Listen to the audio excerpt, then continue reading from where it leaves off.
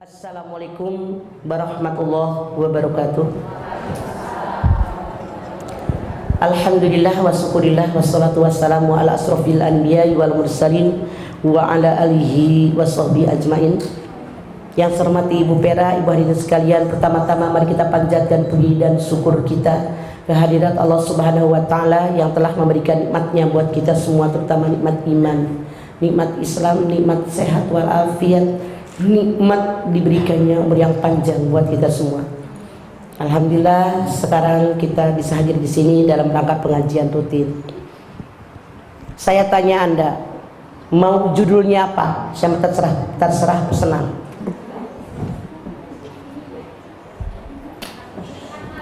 Hah? Kasih pilihan. Hari Sabtu besok masuk tanggal 1 bulan Muharram. Bagaimana kalau saya mengajukan judul ceramah saya tentang tahun baru Hijriah? Atau Anda pengen judul yang lain? Kedengeran saya ngomong? Kunaon ngajar dong guys ya. Mau judul naon sok? Tahun baru Hijriah ya. Oke. Anda buka At-Taubah 36.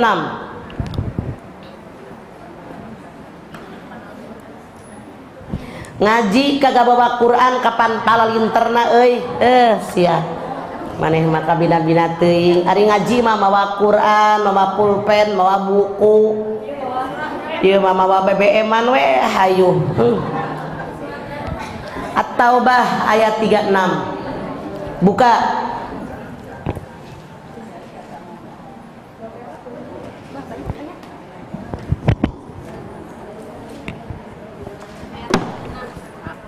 Maafkan.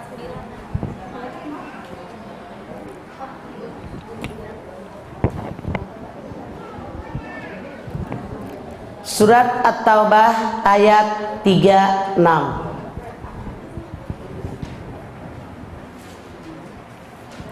Ketemu? Oke, siapa yang mau baca? Mangga. Sok.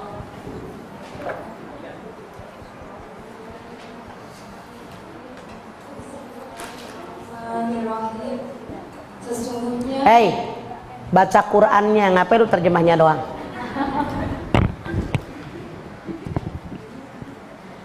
Kelihatan? Nyalain lampu itunya, Fer. Lampu yang di ruangan sana tuh, biar mereka lihat. Inna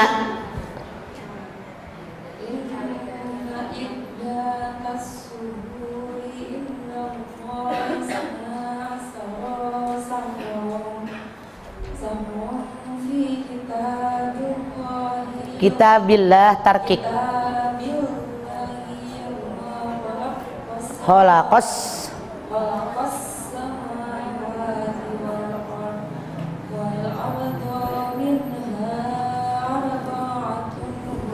deh sampai situ. Artinya tadi baca sok.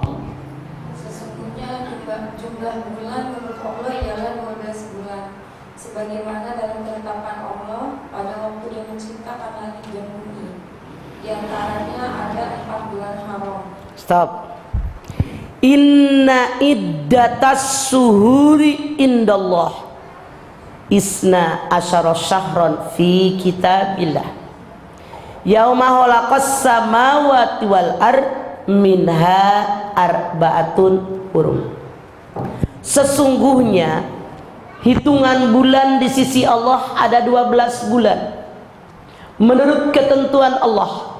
Ketika Allah menciptakan langit, Allah menciptakan bumi, langsung sekaligus Allah membagi waktu menjadi 12 bulan.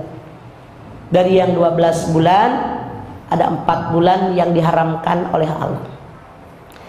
Jadi ketika kita melihat ayat ini sangat jelas buat kita bahwa yang membagi waktu menjadi 12 bulan bukan nabi, bukan rasul, bukan malaikat, tapi langsung Allah Subhanahu wa ta'ala. Kapan? Allah membagi waktu menjadi 12 bulan. Yauma khalaqas samawati wal ard, ketika Allah menciptakan langit, Allah menciptakan bumi.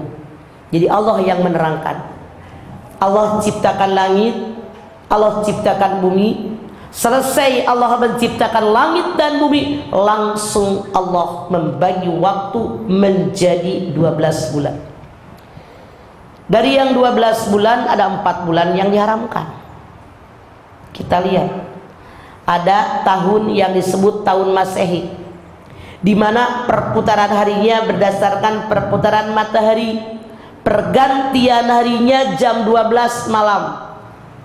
Itulah kenapa Anda lihat yang namanya gubernur DKI belum joget kalau belum jam 12 malam di Ancol. Betul? Karena pergantian tahun barunya dari Masehi itu tengah malam. Disebutlah dengan tahun Masehi, tahun Samsiah, karena mutarnya berdasarkan matahari. Kalau Anda bertanya, buat apa sih matahari? Kalau kita ibadah sholat, semua tergantung muternya matahari. Anda lihat, sembahyang lohor ketika tergelincir matahari sampai bayang-bayang sama dengan bendanya. Sembahyang asar bayang-bayang sama dengan bendanya sampai tenggelam matahari. Sembahyang maghrib dari tenggelam matahari sampai tenggelam safak merah. Sembahyang isya dari tenggelam safak merah sampai terbit fajar di ufuk timur.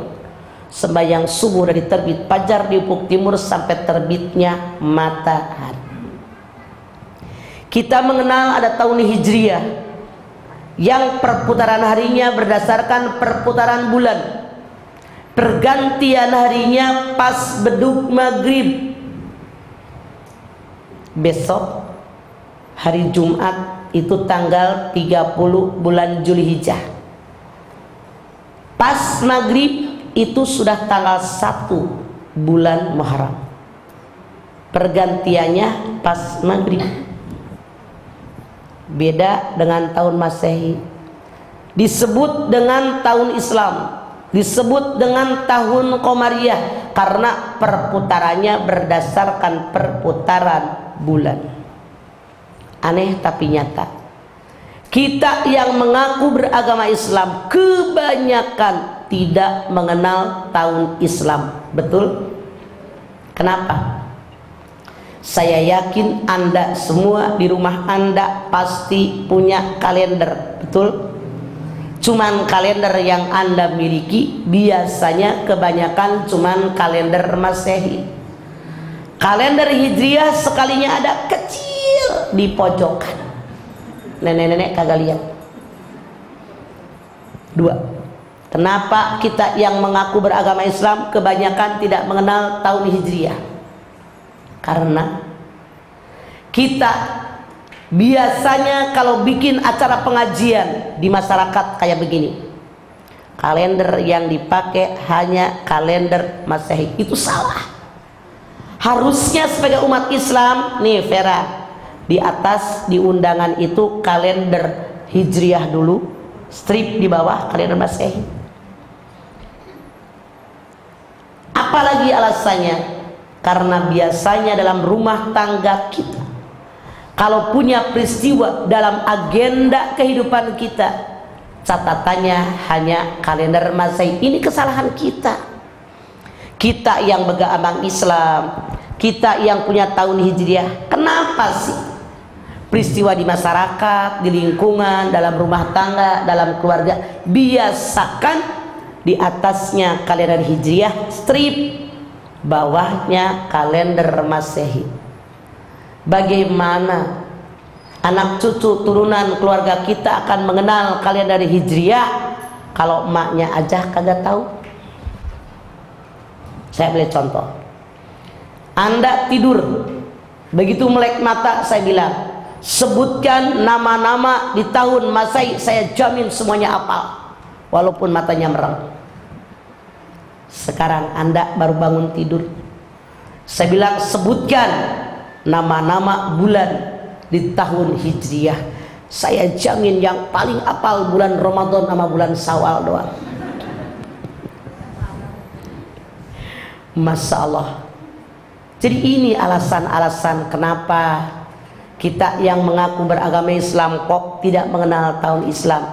Saya mengajak Anda, yuk dari sekarang tolong biasakan, karena itu kalender milik kita. Jangan kita mengabaikannya. Bulan. Buat apa yang namanya bulan? Anda buka Al-Baqarah 189.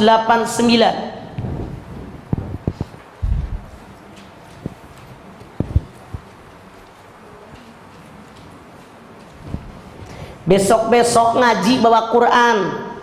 Untung perak punya stok. Aneh, ngaji kagak bawa Quran, kayak orang macul kagak bawa pacul. Sok. Siapa yang mau baca Al-Baqarah 189? Mana yang mau baca? Gantian, jangan yang tadi juga. Silakan sok.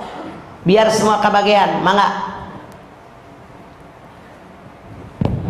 A'udzubillahiminasyaitonirrajim.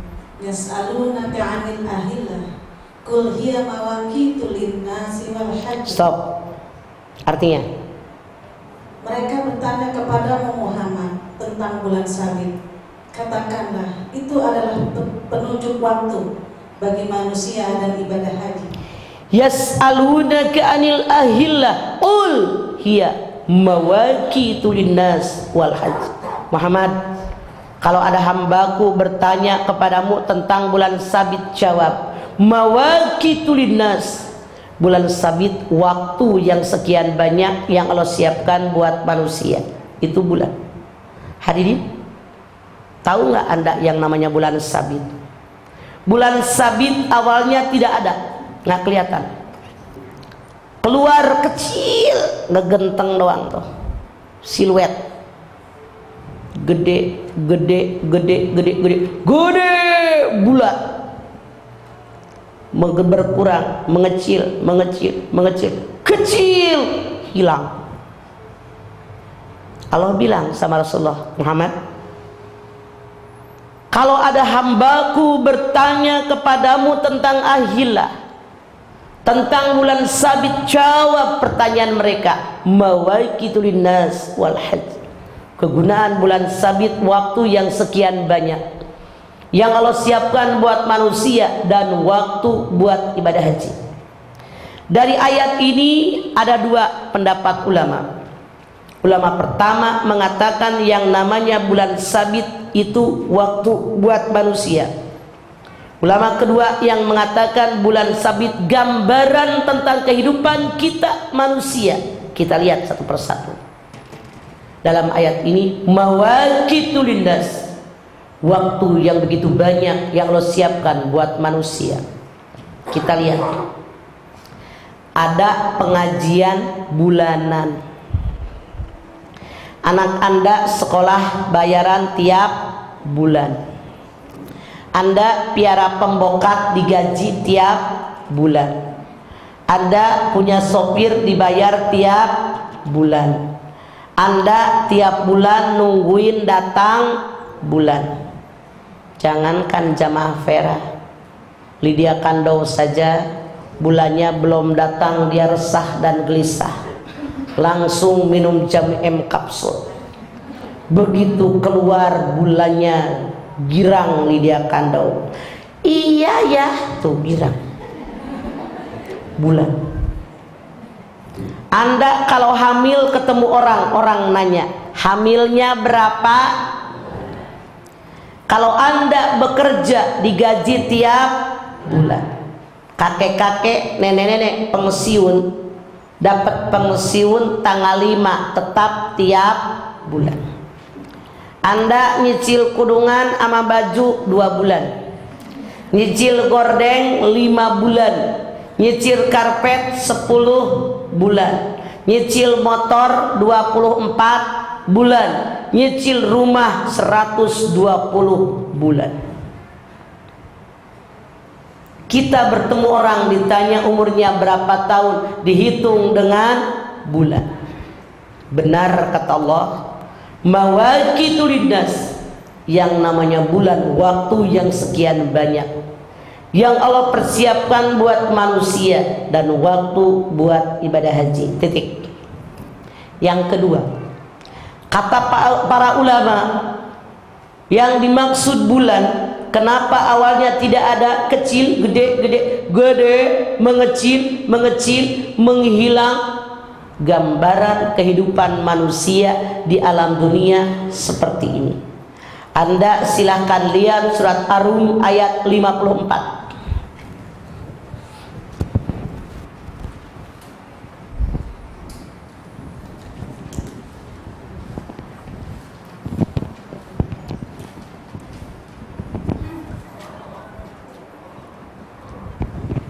Surat Ar-Rum ayat 54.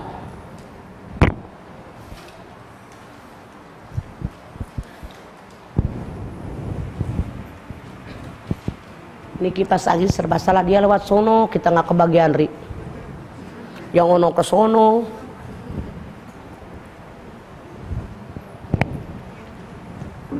Ari. Itu aja tuh.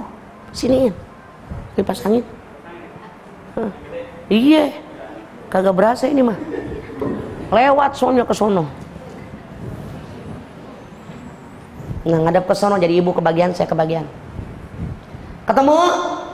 Ar-Rum 54. Siapa yang mau baca? Mana tadi mic-nya gantian? Sok. Mana yang mau baca? Ar-Rum 54. Susah cari. Semua pasti bisa ri.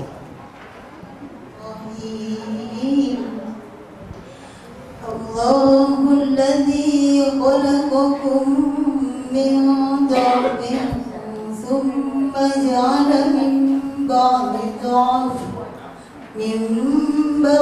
dha'fin quwwatan thumma ja'ala min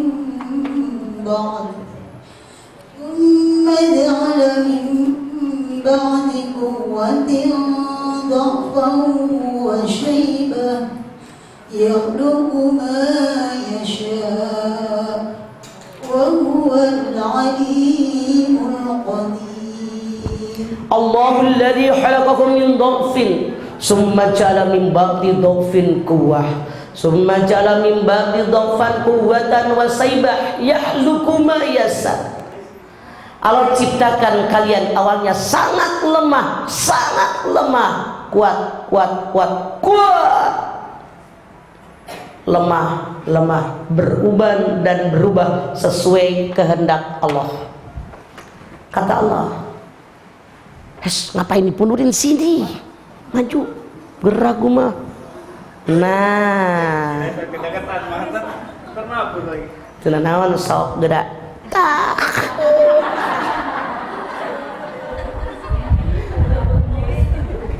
Udah bener di situ di ngadep mamah doang, orang nggak usah lagi orang harudang tahu. Jadi ayat ini Allah menyatakan yang namanya manusia, siapapun manusia waktu lahir ke alam dunia tidak ada yang langsung kuat. Semua manusia yang lahir ke alam dunia sangat lemah, kuat, lemah, berubah dan berubah sesuai kehendak Allah. Ada nggak bayi yang lahir langsung kuat? Kagak ada. Bayi mah bisanya cuma nangis doang. Lapar nangis, ngantuk nangis, pipis nangis, pup nangis, digigit nyamuk nangis. Kata paribasa orang Betawi, kalau orang tuanya kagak ngurusin, hidup jaga nggak bakalan. Kalau lihat cerita, ada manusia yang lahir langsung kuat. Siapa? Samson Betawi. Samson Betawi lahir langsung kuat. Semua yang melawan dia KO. Musuhnya nggak suka dengan dia. Mencari cara bagaimana mengalahkan Samson Betawi. Ternyata disogok dengan tahta nggak mempan. Disogok dengan harta nggak mempan, disogok dengan wanita mempan. Ini gambaran buat kita, kebanyakan laki-laki yang hebat KO-nya sama wanita.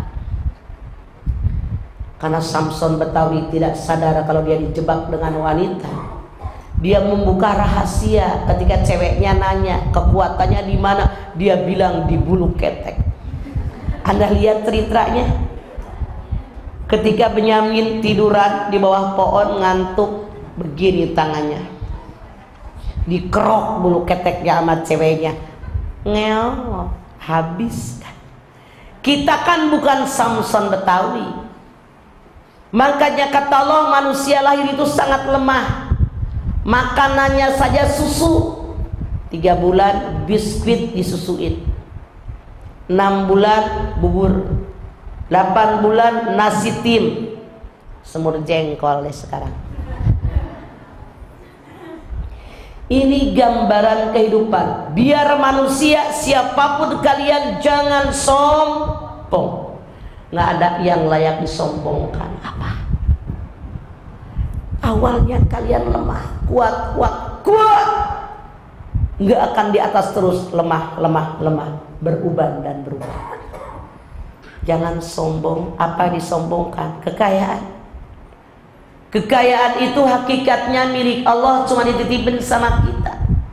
Jangan sombong jadi orang kaya. Sekaya apapun manusia pasti butuh orang miskin. Ketika orang kaya membangun rumah mewah, yang membangun rumah mewah orang kaya, orang miskin. Ketika genteng rumah orang kaya bocor, yang betulin orang miskin. Orang kaya punya mobil mewah, tidak mau sendiri karena Jakarta macet, cari sopir, orang miskin. Orang kaya nggak mau nyapu, nggak mau ngepel, nggak mau bebenah, nggak mau nyuci, nggak mau rizka, cari pembokat, orang miskin. Jangan sombong jadi orang kaya. Jangan sombong jadi pejabat. Sementara amanat dari Allah, kullukum ra'in wa kullukum mas'ulun an ra'yati. Setiap kamu adalah pemimpin, semua pemimpin dimintai pertanggungjawaban dengan apa yang kalian pimpin. Jangan sombong dengan kecantikan, merasa diri paling cantik. Berapa lama Anda cantik? Rasul bersabda, semua penyakit ada obatnya kecuali penyakit tua. Ke salon puluhan juta, mertua lu bengek nggak dibawa ke dokter, dosa. Tahu, jangan pada nyengir mikir. Sombong, merasa paling cantik. Tabarakallah. Berapa lama kita cantik? Umur 20, 25, 30, 35, 40, 45 cantik, 64 ngeo. Saya dari belasan tahun sampai usia saya 60 tahun kelilingan kemana-mana, setir sendiri karena masih gagah. Dari mulai usia 60, anak mantu saya bilang, nenek nggak usah bawa mobil, banyak motor. Mobil sekarang udah nggak tata krama, orang di jalan. Makanya saya kalau ada orang butuh silahkan antar jemput, soalnya gue bukan jelangkung, datang nggak dijemput, pulang nggak diantar. Dulu saya kalau ngaji, kalau ceramah, kalau ngajar berdiri gagah. Usia sudah mulai merambat tua, sudah hampir jongkok, badan makin gendut 75 kilo. Bayangin waktu lebaran kemarin daging kebo 150.000, tinggal ngaliin doang 75 kali 150.000. Ini lutut sudah tidak kuat, janggah badan yang kegendutan. Sekarang kemana saya ceramah minta kursi, maklum nenek-nenek. Apa yang dibanggakan? Mata. Kalau masih muda ada orang seberang jalanan, mampir. Nenek-nenek makan, ngecek dulu. Tanya sama cucunya, Neng, yang barusan ngomong sama nenek siapa sih?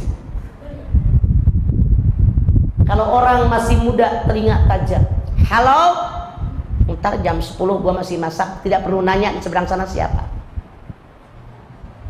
Coba ulah tua, jangankan dari telepon, berhadapan-hadapan orang ngomong, hah? Bolong.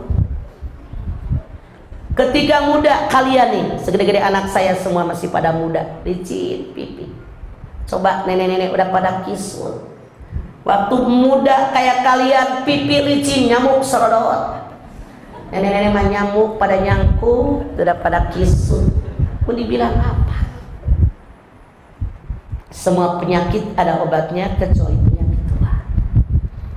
Ketika muda ngorak pohon kedongdong tubuh di Ciamis, orang kampung gablok ke batu gigit sekarang baru-baru makan kedongdong muda. Sukrok satu melejit mulu ke depan.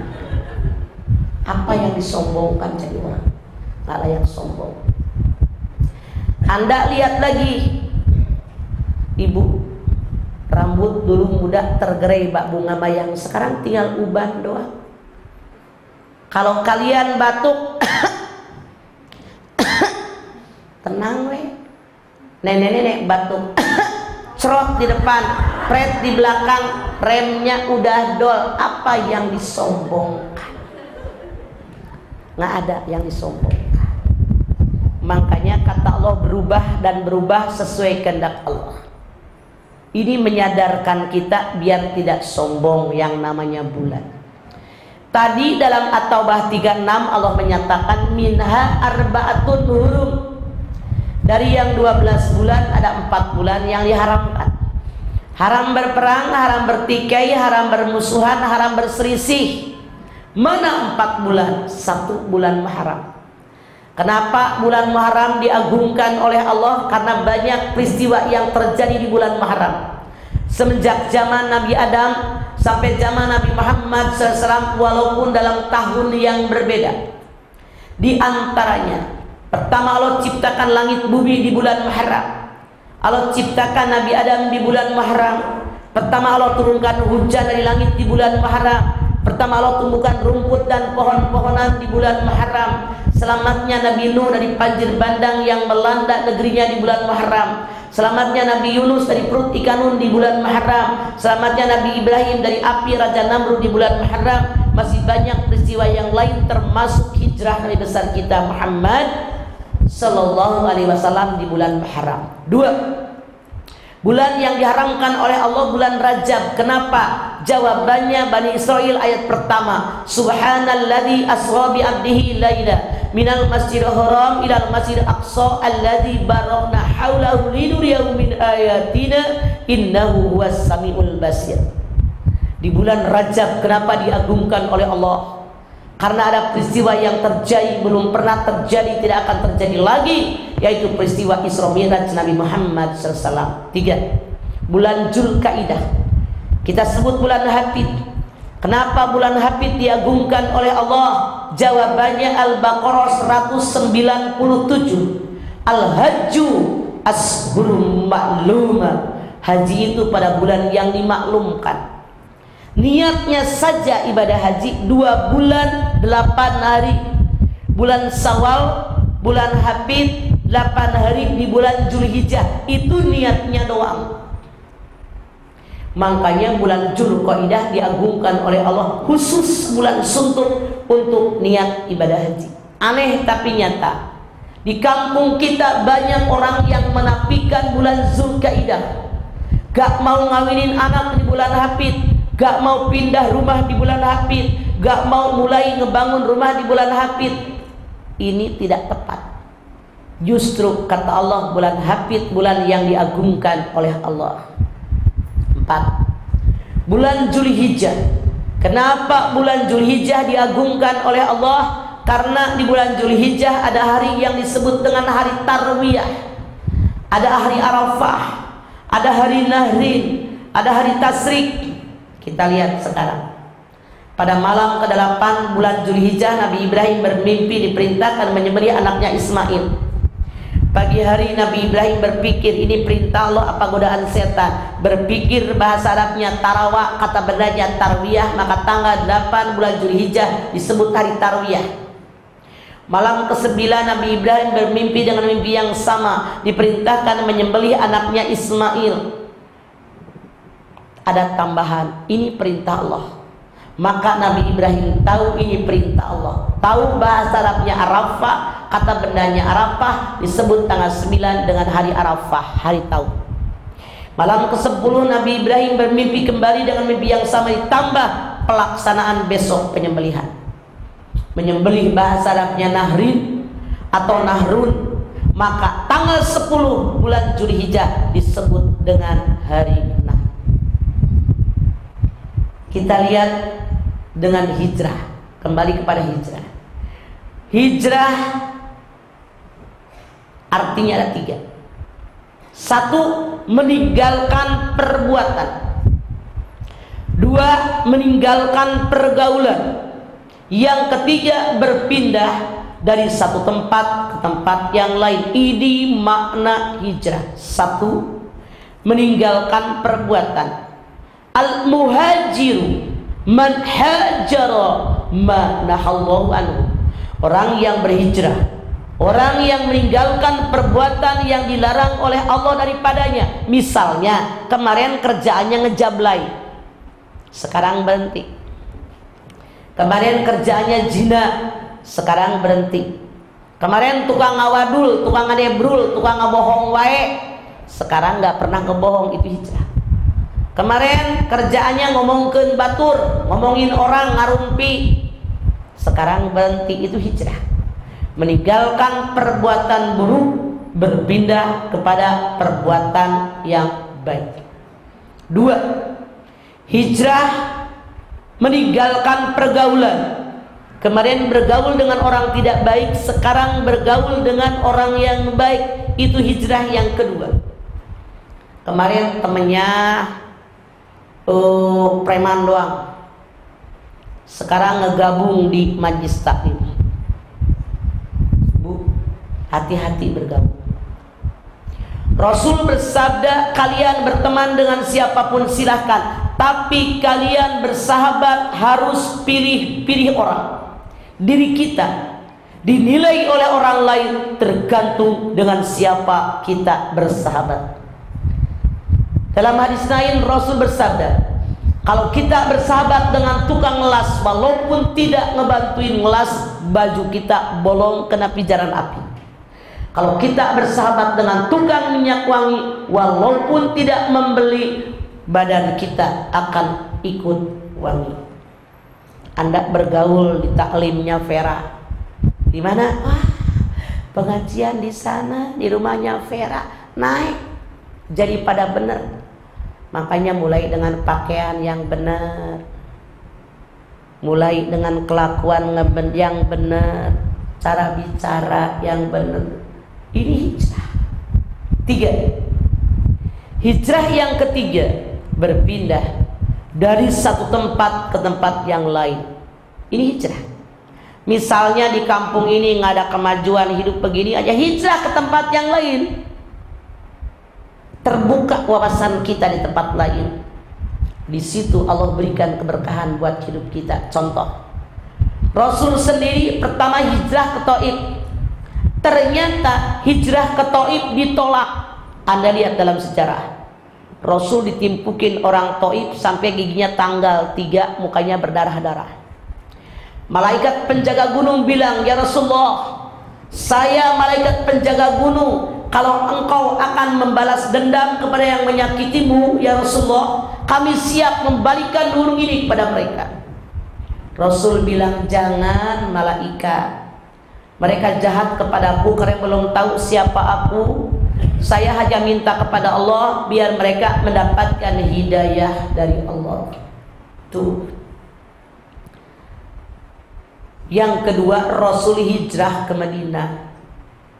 Ada tahu dalam sejarah, Rasul hijrah ke Taif, ke Madinah, tapi Rasulullah Sallallahu Alaihi Wasallam dihijrahkan oleh Allah berkali-kali.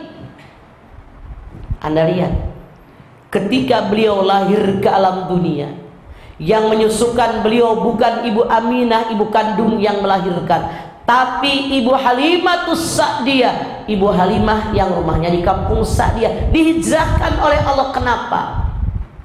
Mekah, kota metropolitan, banyak dosa dan maksiat yang diperbuat oleh penduduk Mekah. Allah Subhanahu wa ta'ala punya rencana hebat buat Muhammad yang baru lahir. Sengaja oleh Allah tidak tinggal di kota Mekah, tapi dihijrahkan di kampung Sa'diyah bersama dengan Ibu Halimah. Di sejarah dikatakan, ketika Rasulullah berusia 5 tahun, anaknya Ibu Halimah lari tergopoh-gopoh, Mama, Muhammad disembelih orang di kebun sana. Ibu Halimah lari ke tempat yang ditunjuk oleh anak kandung beliau. Dia ternyata lihat Muhammad yang usia 5 tahun lagi jalan. Ada apa nak?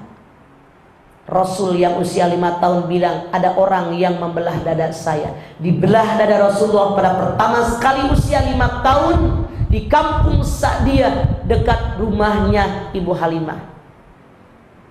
Ibu Halimah sebagai ibu angkat takut, khawatir terjadi apa-apa dengan anak angkatnya, maka langsung dikembalikan kepada Ibu Aminah, dihijrahkan lagi.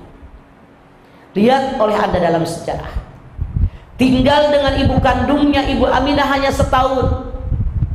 Tahun berikutnya ketika mereka setelah ziarah ke kuburan ayah Abdullah, Ibu Aminah meninggal dunia. Dihijrahkan lagi oleh Allah Muhammad yang usia 6 tahun. Dipindahkan. Yang memelihara beliau kakeknya Abdul Muttalib, seorang gubernur Mekah, seorang yang sangat kaya raya, seorang yang berwibawa, seorang yang sangat berpengaruh, seorang yang dikagumi kawan maupun lawan. Kenapa? Allah Subhanahu wa ta'ala punya rencana. Muhammad suatu saat akan diangkat jadi seorang pemimpin yang hebat. Biar dia jadi seorang pemimpin yang mumpuni, harus belajar dengan kakeknya yang hebat. Caranya bagaimana?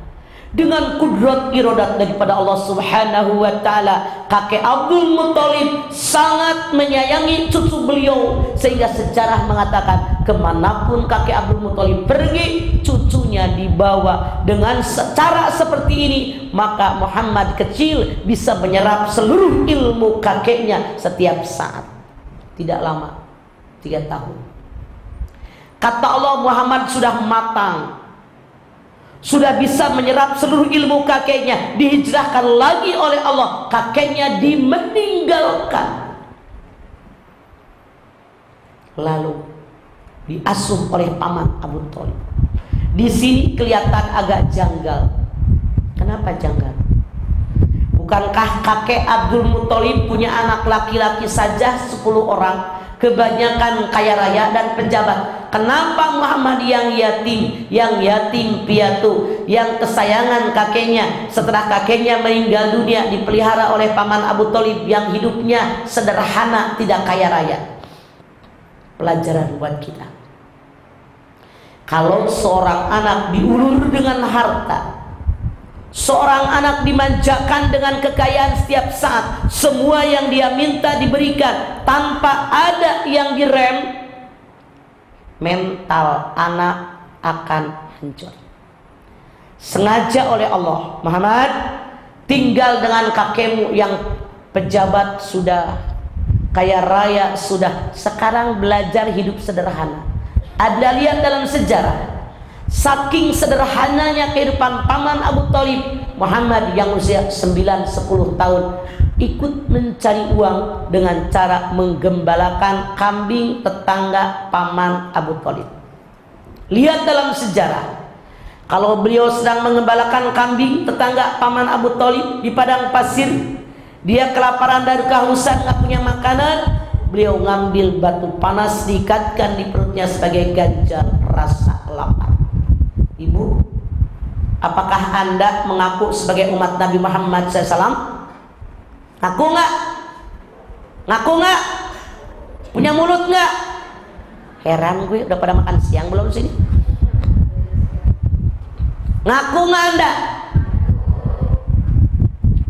Pernahkah kalau Anda kelaparan mengganjal perut Anda dengan batu panas?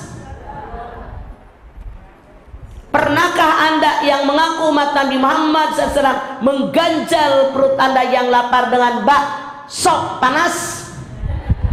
Baknya sama, tahu, cuma yang pertama bak tuh, yang kedua bak, yang ibu ambil tuh apa sok?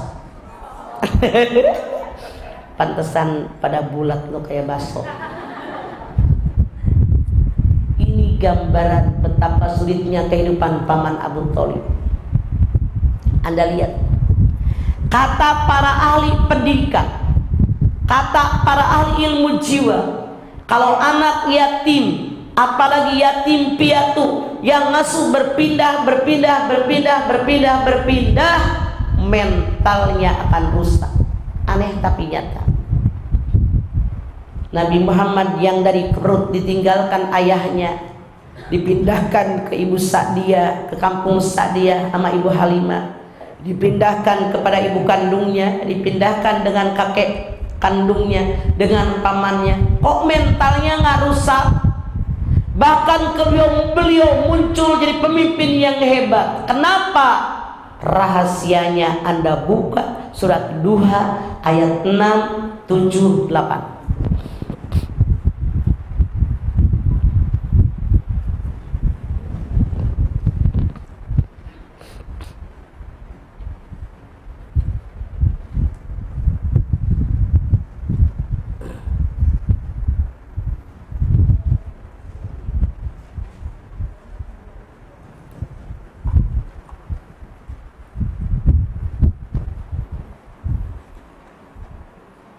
Ketemu? Jilat. Masa surat Duha susah amat? Ayo. Siapa yang udah ketemu mana? Duha 6, 7, 8. Sok baca Pinky.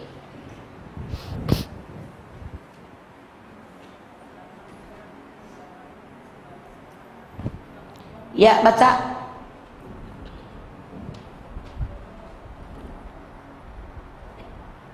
Ya, baca. Bismillahirrahmanirrahim. Bukanlah dia mendapatimu sebagai seorang. Woi, Qur'annya dulu tahu. Bismillahirrahmanirrahim. Alam iya ayat kayatiman fa'awa wa wajadaka dholam fahada wa wajadaka a'ilam. Nah itu, jadi kalau baca jangan langsung terjemahnya. Kapan kita benernya tajwidnya, mahrojnya? Sok artinya naon? Bukanlah dia mendapatimu sebagai seorang yatim, lalu dia melindungimu, dan dia mendapatimu sebagai seorang yang bingung, lalu dia memberikan petunjuk, dan dia mendapatimu sebagai seorang yang kekurangan, lalu dia memberikan kecukupan. Alam yajidka yatiman fa'awa. Bukankah aku mendapati Muhammad yatim, aku berikan engkau perlindungan.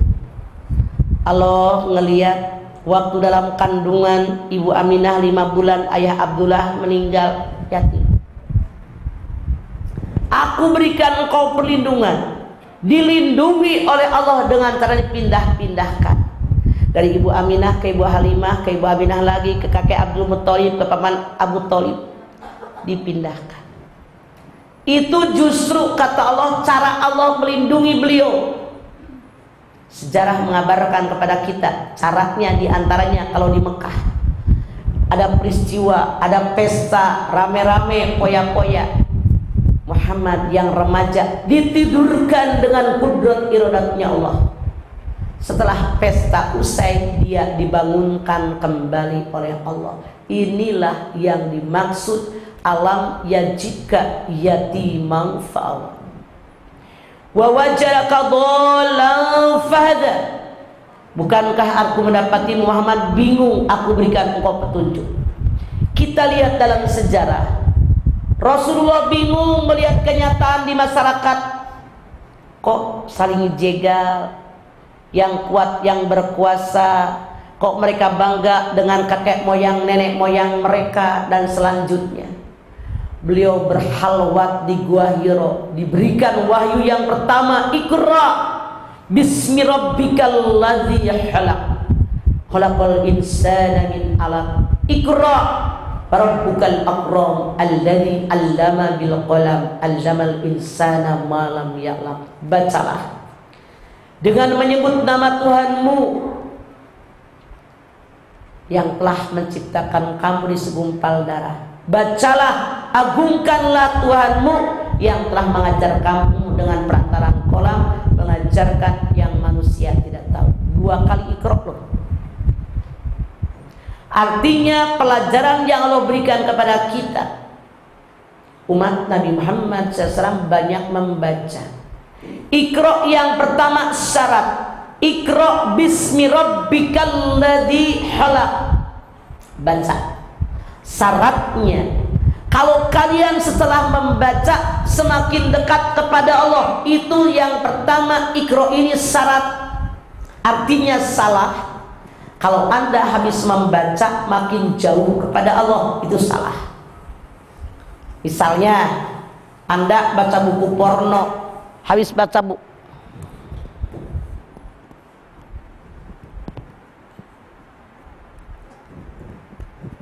kunaon ri?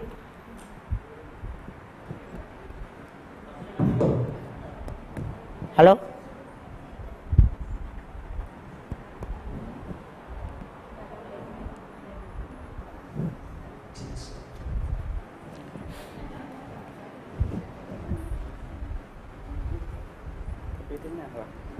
Iya, nggak tahu. Jadi setelah kita membaca semakin dekat kepada Allah. Kalau Anda habis nonton video porno, langsung kakek-kakek diuber-uber diperkosa, artinya itu salah yang dibaca.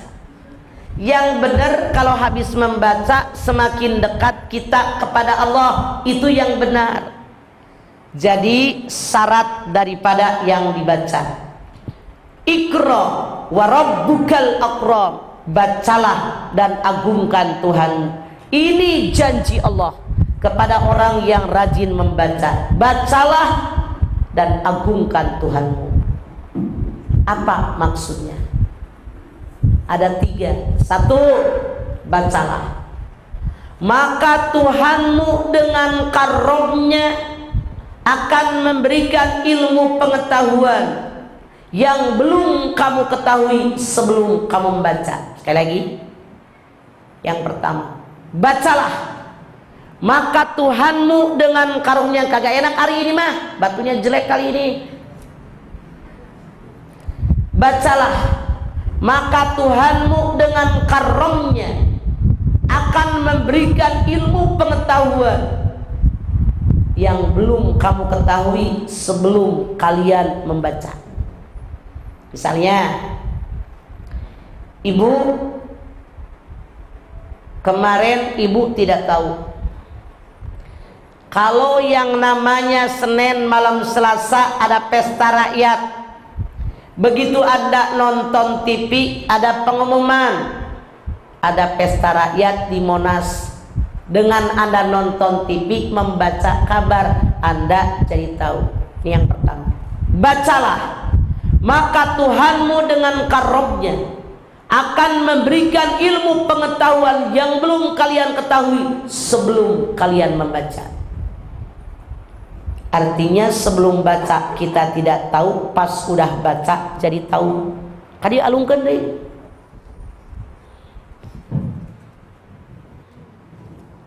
Jadi itu. Sekarang 2, bacalah, ulangi objek bacaan yang sama, maka Tuhanmu dengan karamnya akan memberikan ilmu pengetahuan yang belum kalian peroleh pada bacaan yang pertama. Dengerin sekali lagi biar ngerti. Bacalah dan ulangi objek bacaan yang sama, maka Tuhanmu dengan karamnya akan memberikan ilmu pengetahuan yang baru yang belum kalian peroleh pada bacaan yang pertama. Ibu baca Al-Fatihah sama artinya, belum ngerti sekali baca. Baca yang kedua rada ngerti. Baca yang kelima ngerti.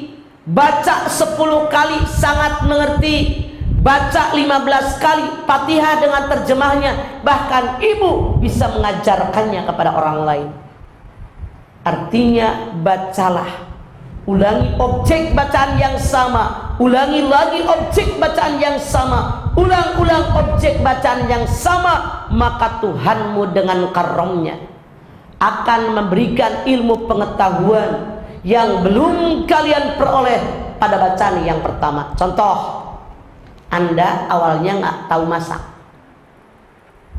Begitu Anda menikah, karena keterpaksaan punya suami harus masak, belajarlah Anda dari orang lain. Misalnya bikin semur, tulis bumbunya, lada, bawang merah, bawang putih, kayu manis, salam, sereh.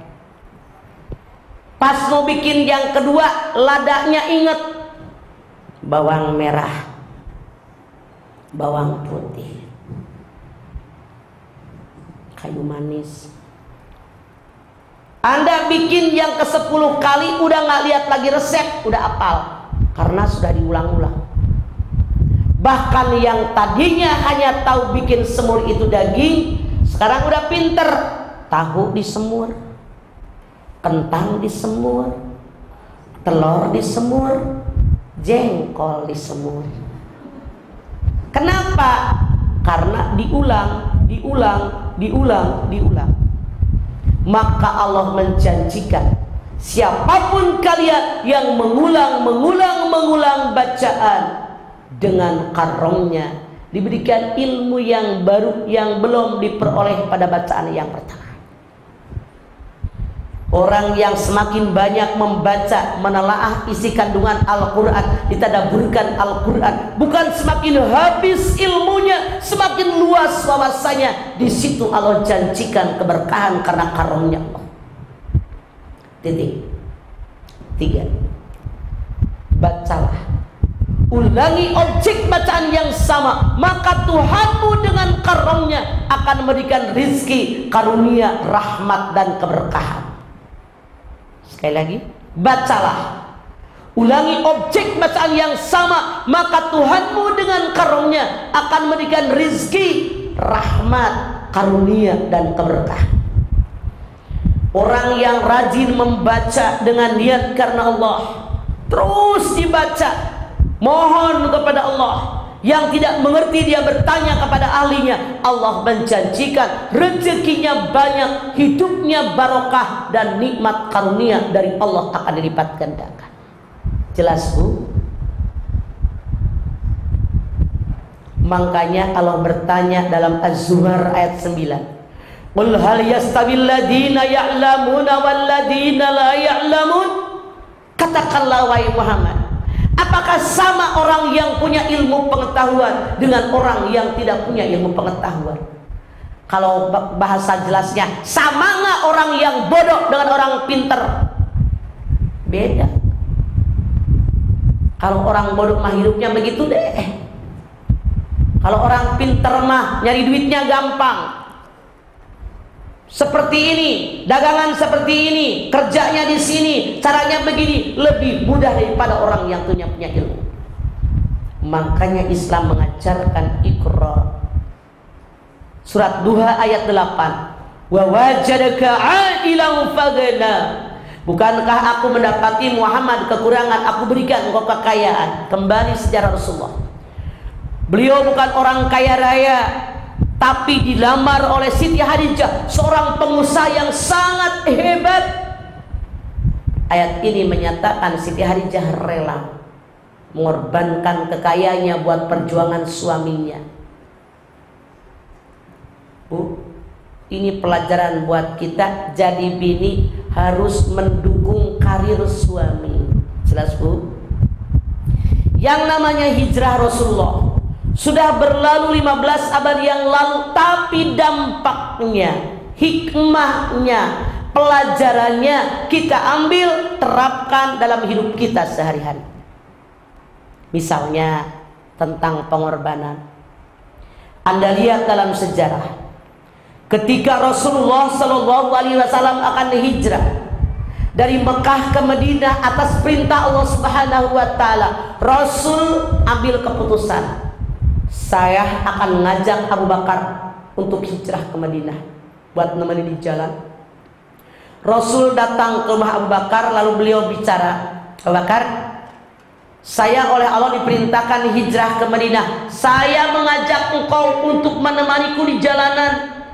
Abu Bakar yang dipilih oleh Rasulullah SAW untuk menemani beliau hijrah dari Mekah ke Madinah, saking senangnya nangis. Setelah Rasulullah pulang, Abu Bakar pergi ke pasar. Dia membeli 2 ekor unta.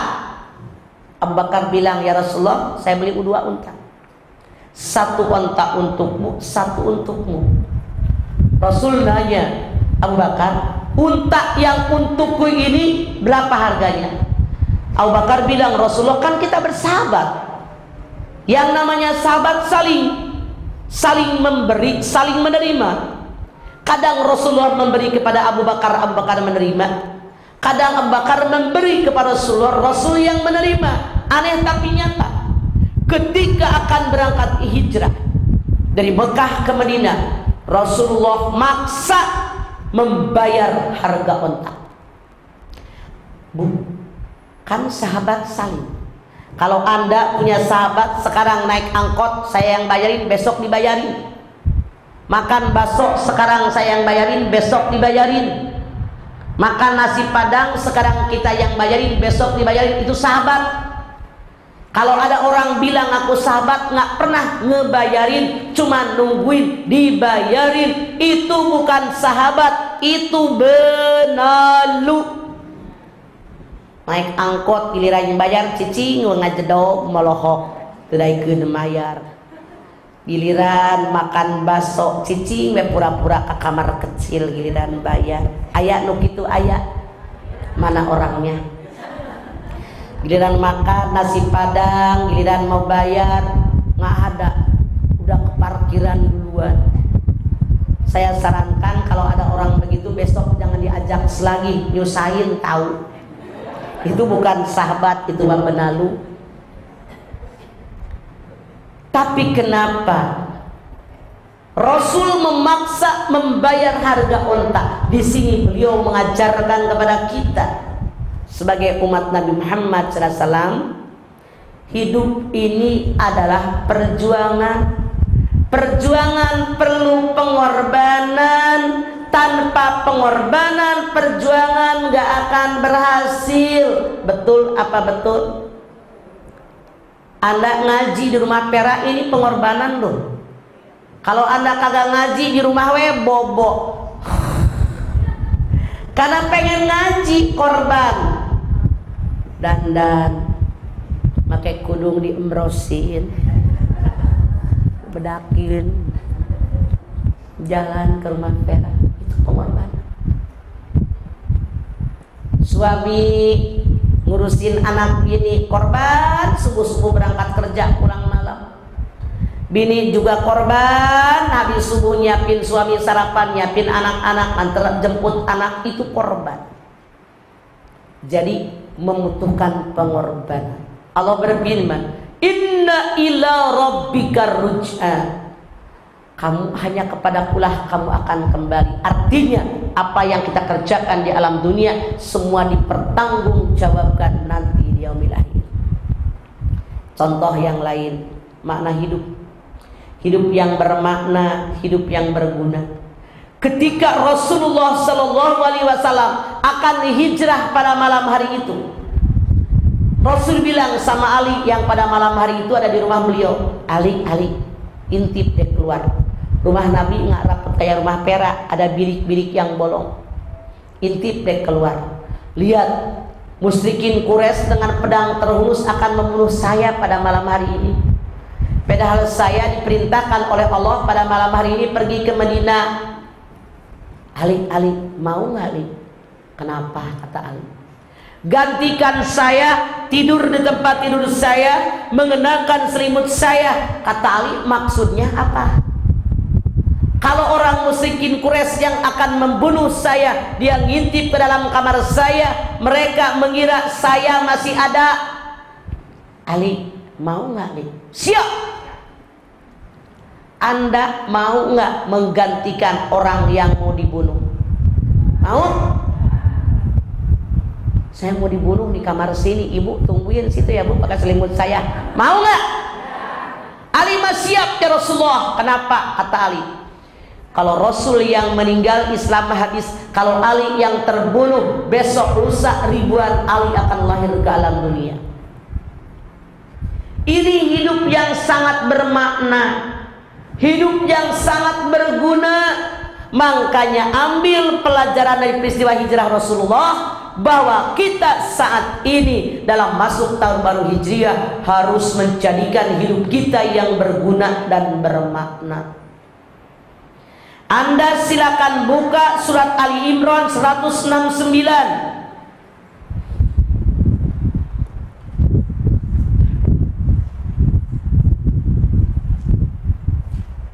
Ketemu?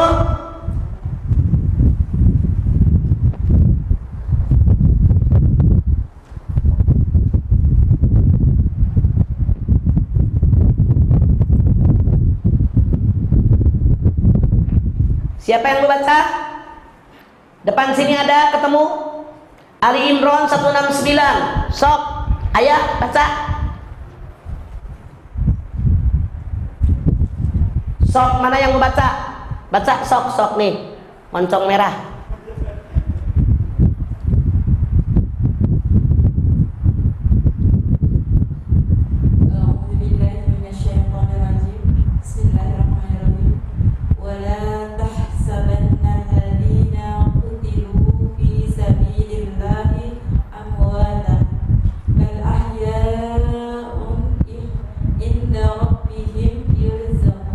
Wala tahsabanna alladziina qutilu fi sabilillahi amwata bal ahya'un inda rabbihim yurzaqun. Jangan kalian mengira orang yang mati syahid itu mati, bahkan mereka masih hidup di sisi Tuhan mereka dan mendapatkan rizki. Bu, kalau ada orang mati syahid, kata kita sudah mati, kata Allah belum. Mereka masih hidup di sisi Allah dan dapat rezeki. Ini gambaran apa? Orang yang hidupnya bermakna dan berguna, walaupun meninggal dunia, namanya tetap dikenang orang. Jalan Husni Tamrin, Jalan Ahmad Yani, Gatot Subroto, mereka masih hidup apa sudah meninggal? Sudah meninggal. Tapi kenapa namanya dikenang? Karena mereka lagi hidupnya bermakna, berguna. Tuh, jadilah hidup kita seperti mereka. Hidup yang bermakna, hidup yang berguna. Jangan kebalikannya, masih hidup dianggap mati. Anda lihat surat Fatir 22.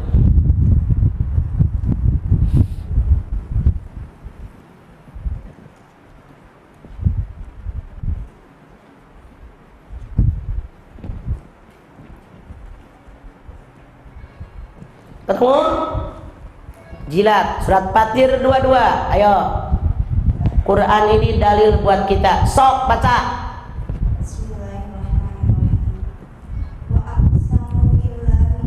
Wa ma yastawil ahya. 22.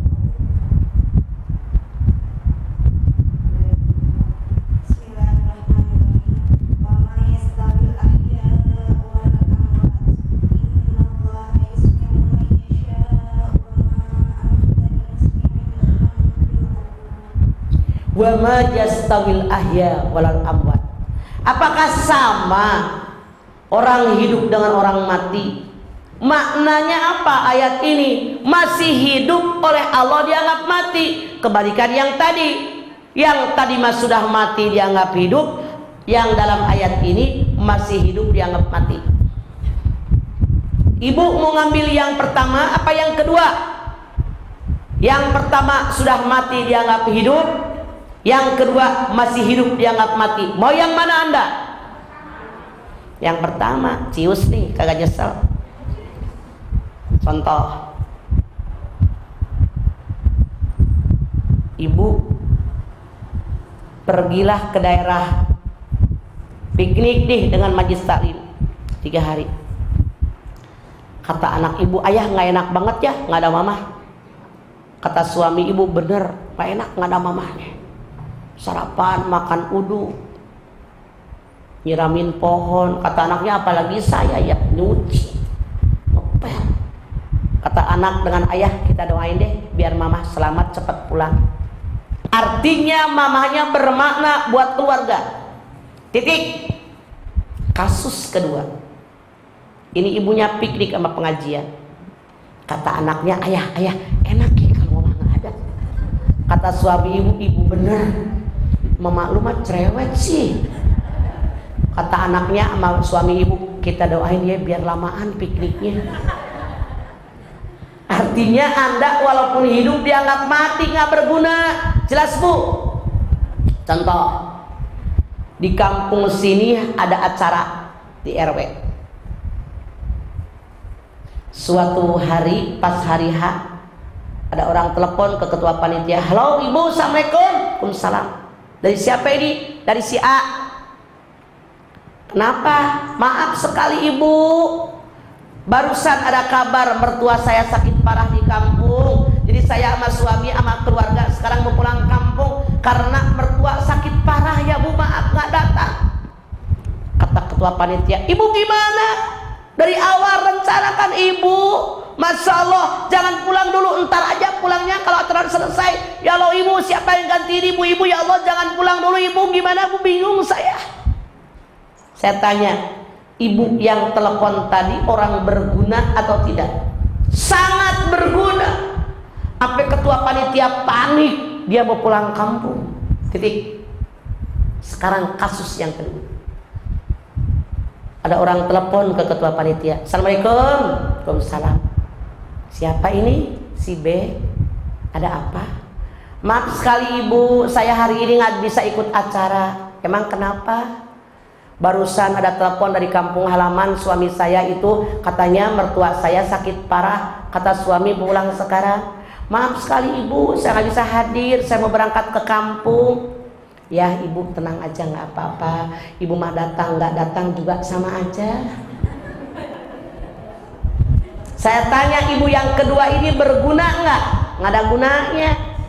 Datang nggak datang sama aja.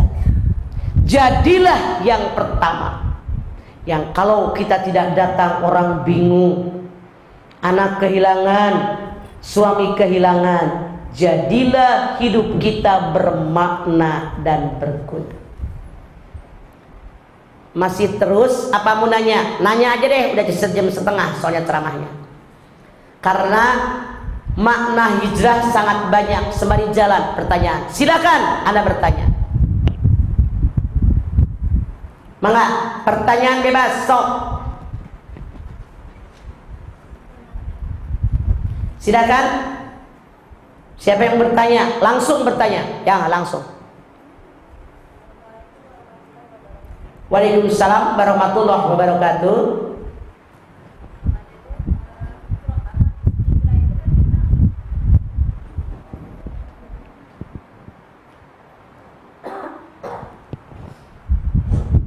Hijrah itu kan kita mengharapkan kita menjadi lebih baik dari hari kemarin. Sedangkan ibu itu kan pertama terus mama. Kalau kita sering membaca itu perasaan apa udah cukup apa belum gitu mah. Itu gimana mama dari hijrah? Terima kasih. Bu, hijrah itu kan sudah sebutkan ada 3 makna hijrah. Ilmu semakin kita gali, bukan semakin kita merasa hebat, semakin kecil kita. Karena ilmu manusia sedikit. Anda silahkan lihat surat Bani Israil 85. Yas'alunaka 'anir ruh, qulir ruh min amri rabbi wa ma utitum minal ilmi illa qalil. Muhammad, kalau ada hambaku bertanya kepadamu tentang ruh, jawab, ruh itu urusan Tuhanku. Manusia tidak diberikan ilmu kecuali sedikit. Jadi kata Allah, ilmu yang Allah berikan kepada manusia sedikit. Manusia yang banyak menggali ilmu, semakin banyak ilmu yang dia miliki. Bukan merasa semakin hebat, tapi semakin kecil karena begitu banyak ilmunya Allah. Silakan yang lain. Ya. Waalaikumsalam. Saya dengan Ratu, kebetulan saya dulu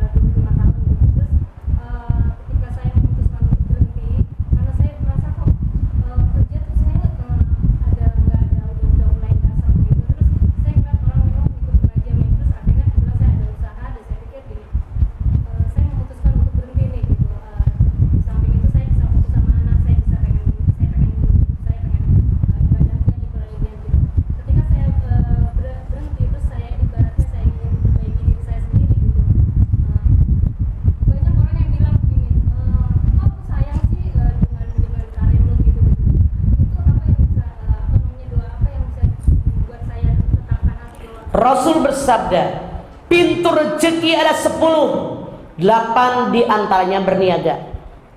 Bu, yang benar memang begitu.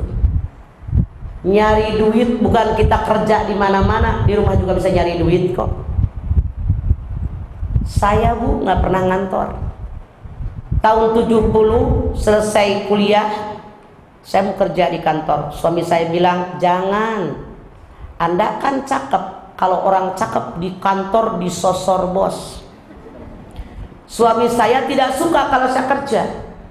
Saya ngambil keputusan, saya dagang, saya buka salon, motong rambut, ngondein orang. Saya sewa tenda, saya buka jahitan. Masya Allah, ternyata rezekinya lebih banyak daripada orang yang kerja di kantor. Makanya orang ngomong begitu biarin, emang gue pikirin, terserah hati gue. Orang juga begitu, ngapain udah jadi sarjana? Orang pengen jadi sarjana cuman nganggur doang, cuman dagang doang. Ini keputusan saya.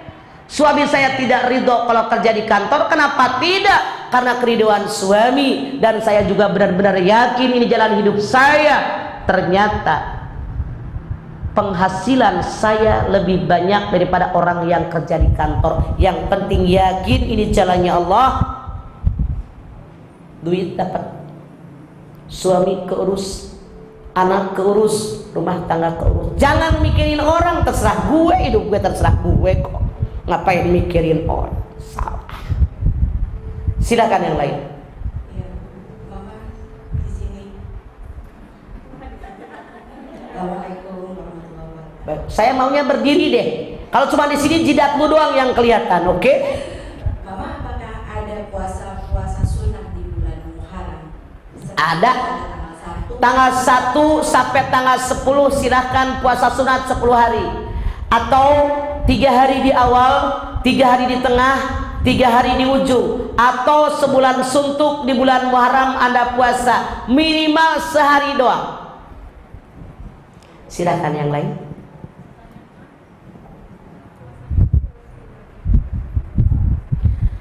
Apakah puasa Muharram boleh digabung dengan qada? Tidak boleh.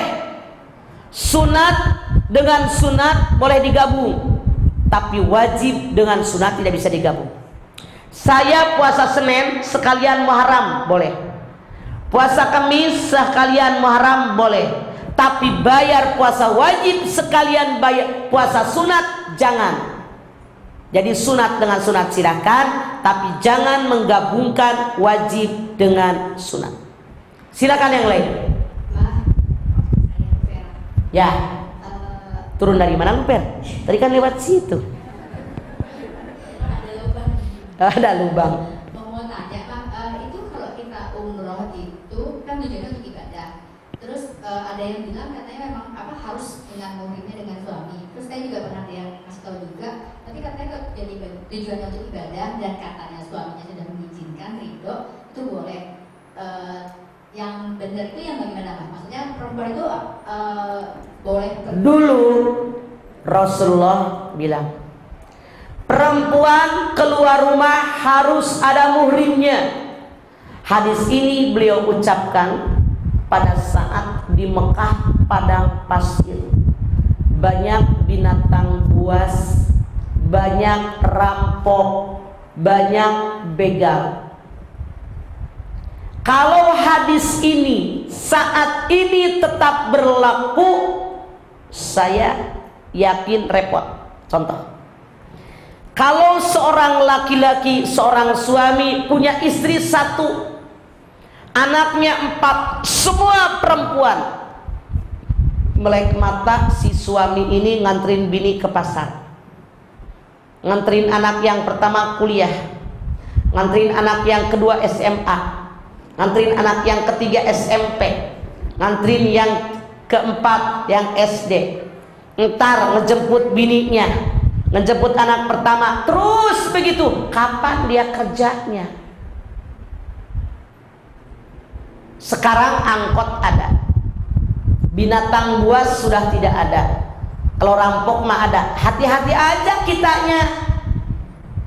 Memang Rasul mengatakan harus dengan muhrim, tapi kalau hari gini masih diterapkan, itu repot buat kita. Perak nanya, kalau orang haji, orang umroh pakai muhrim, betul. Tapi negara kita sekarang diatur, dimuhrimkan. Karena kalau kita harus cari muhrim terus, Bu, kapan berangkatnya? Kecuali orang kaya. Mau berangkat haji, berangkat umroh, nyari muhrim, ngongkosin orang. Duit itu aja boleh nyicip. Ngerti maksud saya? Harus ngongkosin orang, ngongkosin orang. Makanya pemerintahan kita membuat cara dimuhrimkan. Ibu lihat kalau berangkat umroh, kalau usia masih seperti anda ini dimuhrimkan dengan yang rombongannya bareng.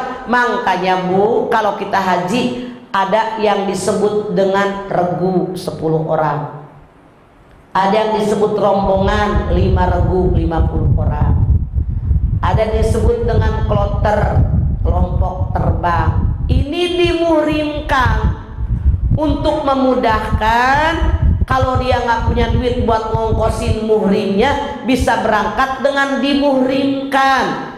Apakah itu membohong? Karena itu syarat dari negara sana, Bu. Kalau ini tidak dilaksanakan, mereka ditolak di imigrasi. Toh tidak ngapa-ngapain, yang penting niatnya mau ibadah di sana. Jelas, Bu? Silakan yang lain. Jadi boleh ya kalau seperti itu? Iya, boleh. Boleh. Karena kalau misalnya kita harus cari muhrim terus dari keluarga kita atau siapa, berarti kita harus ngongkosin orang terus. Kalau orang kaya, saya bilang nggak apa-apa. Nah, kalau kaya duitnya pas-pasan, kita juga boleh nabung-nabung. Bagaimana ngongkosin orang? Ya, makanya dimuhrimkan sekarang. Terus kan ada ketentuan yang kalau dalam 45 tahun itu nggak usah pakai model kan? Lah iya, siapa yang menaksir nenek-nenek, Fet? Itu maksud dimuhrimkan tuh dijaga. Begitu. Nah, nenek-nenek Itu nggak harus dengan yang ada hubungan darah ataupun yang memang yang... kalau muhrim itu, Anda silahkan buka An-Nisa 23. Tuh jawabannya. Bukan muhrim, sebetulnya mahram. Karena yang namanya muhrim itu adalah orang yang niat haji, niat umroh sampai tahallul, itu muhrim. Kalau orang yang tidak boleh menikah itu namanya mahram. Anda baca An-Nisa 23. Ayo, siapa yang udah ketemu? Baca terjemahnya deh. Mana yang baca? Mana? Yang belum baca, sok. Mana tadi? Di sini ada yang baca, sok. Yuk, terjemahnya.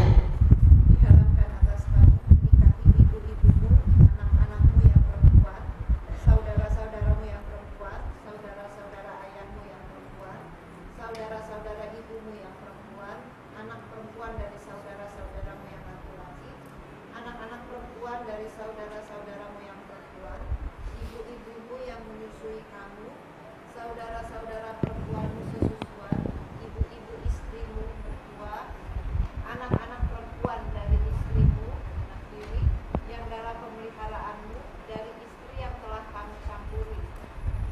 Tetapi jika kamu belum campur dengan istrimu itu dan sudah kamu ceraikan, maka tidak berdosa kamu menikahinya. Dan diharapkan bagimu istri-istri anak kandungmu menantu, dan diharapkan mengumpulkan dalam pernikahan dua perempuan yang bersaudara, kecuali yang telah terjadi pada masa lampau. Sungguh Allah Maha Pengampun. Ada 14 orang mahram, orang yang haram dinikahi. Ini mahram. 1, ibu, nenek keutus ke atas. 2, anak, cucu ke bawah. Yang ketiga, saudara sekandung seibu sebapak, saudara sebapak saja, saudara seibu saja. Kemudian saudara kandung, kemudian adiknya ibu, adeknya ayah itu tidak boleh dinikahi, haram. Artinya dia mahram.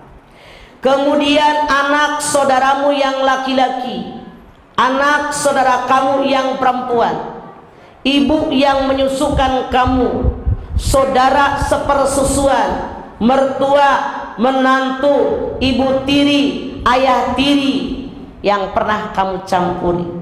Dan dilarang menyatukan dua orang saudara kandung dalam waktu yang bersamaan. Itulah mahram, orang yang haram untuk dinikahi. Silakan yang lain. Ya. Waalaikumsalam.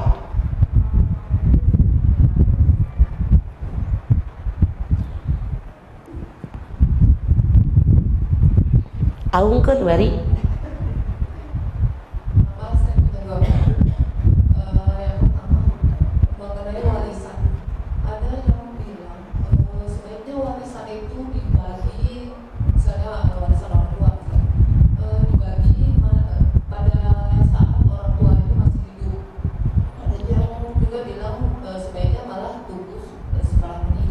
Yang namanya warisan, harta kekayaan seseorang ketika orang tadi sudah meninggal, itu warisan.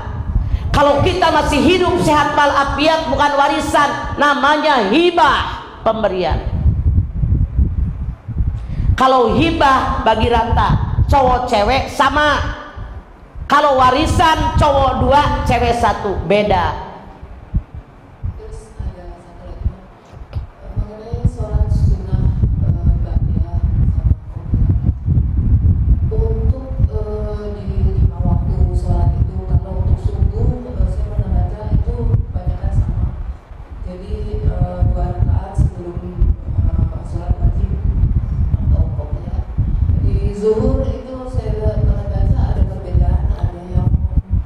Oke, namanya sholat rawatib.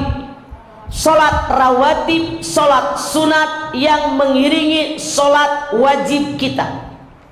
Sholat rawatib ada yang muakkad, ada yang ghair muakkad.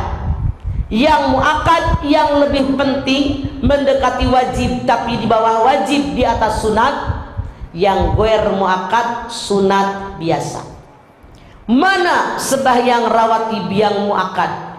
2 rakaat sebelum subuh, 2 rakaat sebelum zuhur, 2 rakaat habis zuhur, 2 rakaat habis maghrib, 2 rakaat habis isya. Titik. Ini yang muakkad.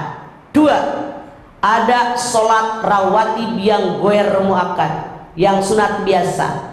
2 rakaat sebelum lohor, 2 rakaat sesudah zuhur, 2 atau 4 rakaat sebelum asar, 2 rakaat sebelum maghrib, 2 rakaat sebelum isya. Ibu ini nanya, kok saya jadi bingung? Ada yang bilang sebelum lohor 2 atau 4. Makanya saya lagi jelasin. Sebelum lohor 2 rakaat yang muakkad, 2 rakaat yang ghair muakkad. Setelah lohor ada 2 yang muakkad, ada 2 yang ghair muakkad. Kalau saya sekarang sebelum lohor cukup 2, artinya yang muakkad doang. Sembahyang lohor 4, habis lohor 2, hanya yang muakkad. Lagi santai kok, nggak terburu-buru. Qobliyah lohor 4, 2 muakkad, 2 ghair muakkad. Lohornya 4, ba'diyah 4, yang 2 muakkad, yang 2 ghair muakkad. Rasul bersabda, siapa yang sembahyang lohor, qobliyahnya 4, ba'diyahnya 4, yang muakkad dikerjakan, yang ghair muakkad dikerjakan, rutin dia kerjakan, maka begitu mati haram jasadnya tersentuh panasnya api neraka. Bukan perbedaan pendapat Anda yang belum paham. Jadi 2 yang muakkad, 2 yang ghair muakkad. Saran saya minimal 2 kerjakan yang muakkad, qobliyah dan ba'diyah zuhur. Jelas Ibu? Kalau isya, yang qobliyahnya itu ghair muakkad, yang ba'diyahnya itu yang muakkad. Kalau asar biasanya hanya bukan biasanya, aturan agama. Gua jangan ngambil untung, dari tadi dibilangin. Kalau subuh cuma ada qobliyahnya 2, ba'diyah tidak ada. Kalau asar qobliyahnya 2 atau 4, ba'diyah tidak ada. Jelas? Itu hadis loh, bukan gue aja kagak ngambil untung dari sononya. Langsung ngomong. Iya.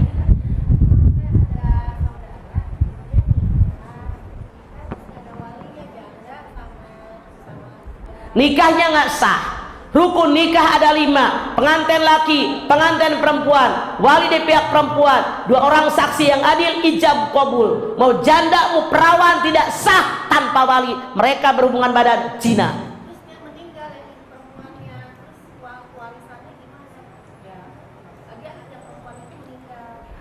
Iya, kapan itu nikahnya aja nggak sah.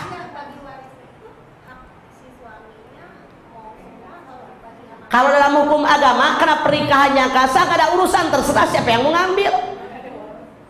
Kan nggak sah pernikahannya, karena nggak pakai wali. Pakai wali hakim boleh.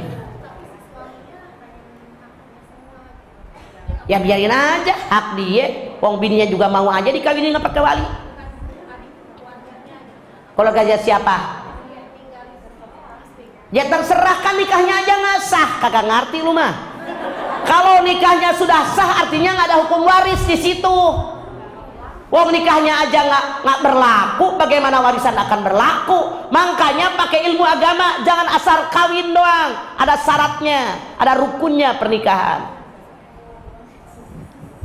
Gue nggak ngambil untung, silakan. Takut tawar maksudnya.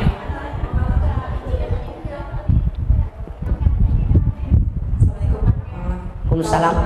Sunnah itu bisa digabung nggak? Misalkan 2 kita gabung jadi 4. Qobliyah 2 yang muakkad, 2 ghair muakkad. Boleh Anda usolli sunatan qabla duhri 4 rakaatin mustaqbilal kiblati lillahi ta'ala 1, 2, 3, 4, tidak ada tahiyat awal. Boleh 4 sekaligus, boleh 2 salam 2 salam.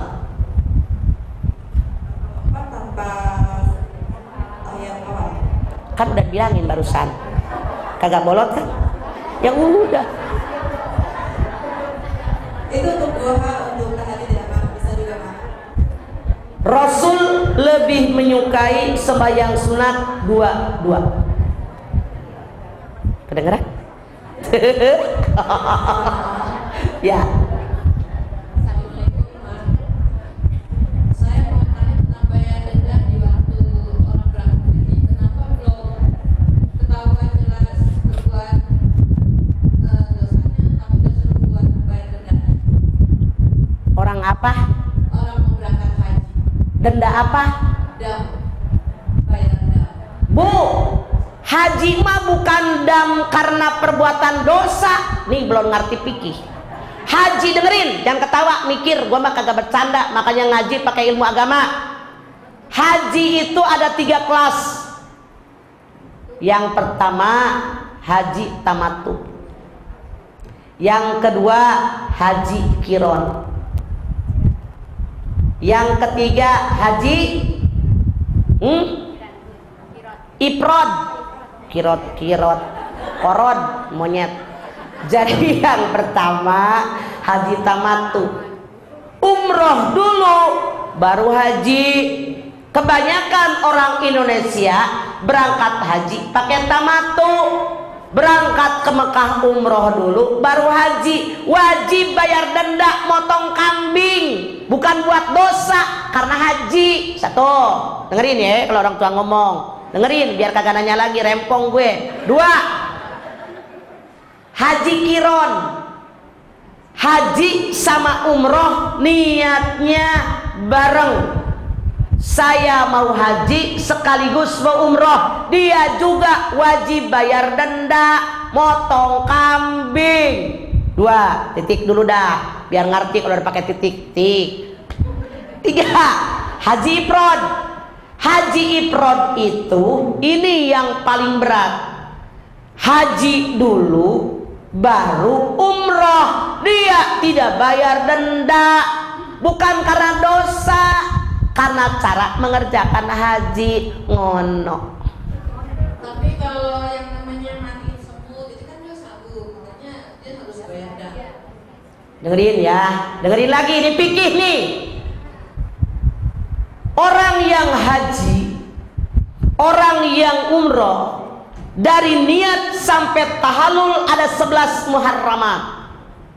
Labbaik Allahumma hajja, labbaik Allahumma umratan. Ketika mulut mengucapkan niat, muharramat yang 11 berlaku buat orang tadi. 3 buat laki-laki, 2 buat perempuan, 6 laki-laki perempuan. Nyok kita lihat. Muharramat buat orang haji, 1 laki-laki haram menutup kepala, peci, pakai anduk, pakai selampe, bahkan kalau ada orang bawa payung kena angin dek itu pun sudah haram, kena denda. Kenapa? Yang namanya kita haji itu duyupullah, duyupur rahman, tabu di Allah yang maha rahmat. Jangan bawa tuh pangkat jabatan. Kenapa pangkat jabatan di kepala? Anda lihat seorang raja, seorang ratu, mahkotanya disimpan di kepala. Haram laki-laki yang haji bawa mahkota.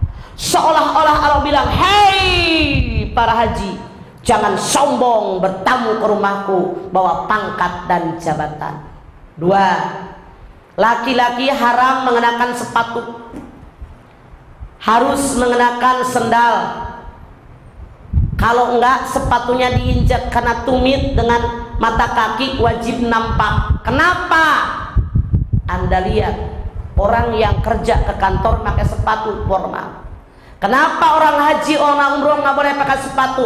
Seolah-olah Allah bilang, wahai jamaah haji, berkunjung ke rumahku jangan formal, santai saja.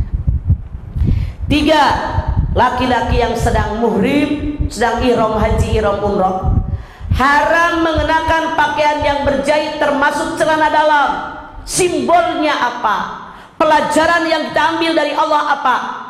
Wahai kaum laki-laki yang sedang haji umroh, sanggupkah kalian mengendalikan nafsu birahi kalian di hadapan kalian perempuan banyak dan kalian tidak mengenakan celana dalam?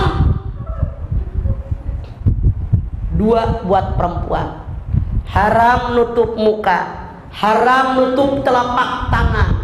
Di kita jamaah banyak yang bandel, gue udah teriak-teriak juga pada bolot. Jangan pakai masker, haram. Sombong pakai masker. Anda bertamu ke rumah perak, semua pakai masker dari datang sampai pulang, perak tersinggung. Emang rumah gua bau apa? Emang ada rabies di rumah gue? Emang lu takutan ketularan gue? Tersinggung yang punya rumah. Kita mau bertamu ke rumahnya Allah pada kurang ajar, pada pakai masker. Salah tuh. Sekarang 6 buat laki-laki perempuan, haram mengenakan wangi-wangian. Wangi-wangian kecium orang, seolah-olah Allah bilang, jadi orang jangan sombong. Hai, gue gitu loh, bahasa Allah yang rumahnya di situ yang paling bagus. Orang sedang ihram haji, sedang ihram umroh, haram motong kuku, haram motong rambut. Maknanya apa? Yang dinilai oleh Allah apa adanya, bukan rekayasa. Orang yang sedang ihram haji, ihram umroh, haram berdandan, haram alis dikerok, spidol dipakai sampai kayak stang air-eking. Haram. Lu pada ketawa, mikir gua mah kagak nyindir, emang ngaji juga nggak ngerti hukum sih. Tuh di sini banyak tuh alisnya dikerok. Gua mah bilangin doang, taubat gua pada. Minta ampun sama Allah, jangan dikerok lagi, haram. Gua mah nyampein doang, mau marah-marah tuh sama hadis. Emang hadisnya menyampaikan. Hadis gue aja kagak dikerok bagus, pakai bulu mata pas lu, haram. Dijendol-jendolin, haram. Ngapain dijendolin? Emang pala masa gede gini? Nguk. Capek deh, haram. Bulu mata palsu haram. Rambut disambung haram. Bu, orang yang sedang ihram haji, orang yang sedang ihram umroh haram mengenakan perhiasan. Kata Allah, hidup di alam dunia bukan hanya cari materi, masih banyak pekerjaan yang lain. Orang sedang ihram haji, sedang ihram umroh, haram meminang, dipinang, menikah, dinikahkan, jadi wali nikah, jadi saksi nikah. Seolah-olah Allah bilang, hei manusia, hidup di alam dunia jangan mikirin birahi doang. Orang sedang ihram haji, ihram umroh haram membunuh binatang, mencabut pepohonan. Jawabannya Anda lihat dalam Al-Baqarah ayat 30. Inni ja'ilun fil ardi khalifah qalu ataj'alu fiha may yufsidu fiha wa yasfiku dima wa nahnu nusabbihu bihamdika wa nuqaddisu lak. Manusia diciptakan oleh Allah sebagai wakil Allah di muka bumi buat memelihara alam dunia. Jangan merusak bumi.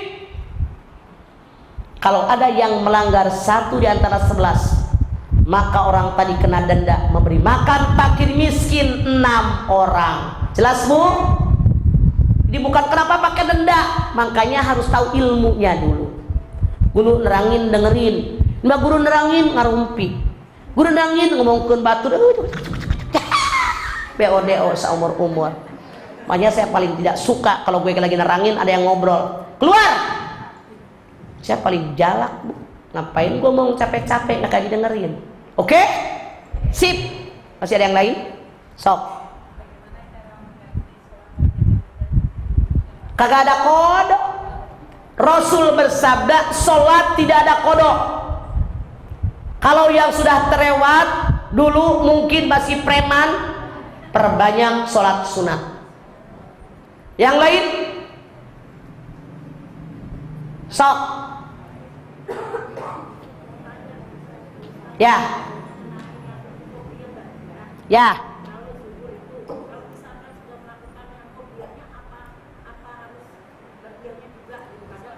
Dari tadi kemana aja Po? Subuh hanya ada qobliyah, tidak ada ba'diyah. Kalau luhur udah qobliyah, apa harus ba'diyah? Terserah gue dong. Kalau kepengen qobliyah ba'diyah pahalanya banyakan, kalau qobliyah doang artinya pahalanya dikitan. Mau banyak mau dikit pahala kita. Silakan yang lain. Sok. Moncong ijo ya. Sholat isyraq itu sholat ketika terbitnya matahari. Makanya ada waktu yang haram sholat 4. 1. Selesai sembahyang subuh sampai terbit matahari. Karena terbit matahari ada sembahyang isyraq.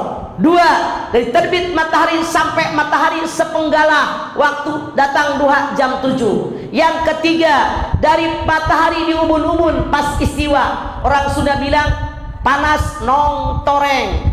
Tengah hari bolong. Bolongnya di mana? Gua aja kagak tahu.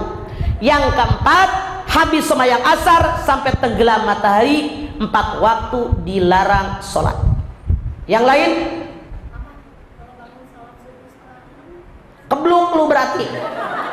Begitu saya bangun 5:30, buru-buru wudu langsung sholat, jangan pakai apa-apain dulu. Ya iyalah udah terlambat gitu loh. Capek deh 5:30 pakai qobliyah. Malu nungguinnya sama matahari gitu loh.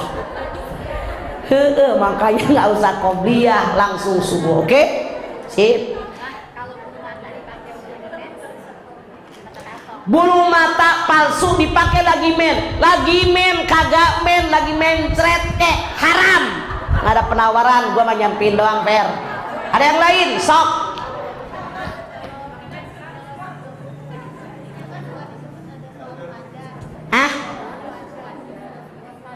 Apa sholat fajar? Punten cek Quran taikin kena kaki saya.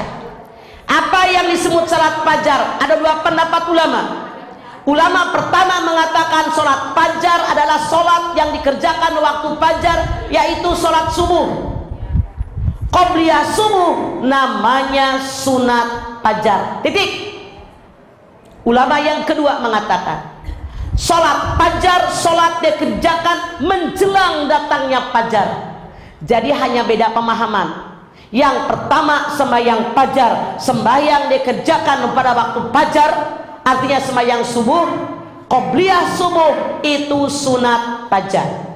Tapi ulama yang kedua mengatakan sholat fajar, sholat yang dikerjakan menjelang datangnya fajar, artinya sebelum subuh. Tapi yang paling kuat, yang pertama yang mengatakan sholat fajar adalah sholat subuh, qobliyah subuh namanya sunat fajar. Kalau ada orang yang sholat sunat sebelum datang subuh, namanya tahajud. Masih ada? Sok.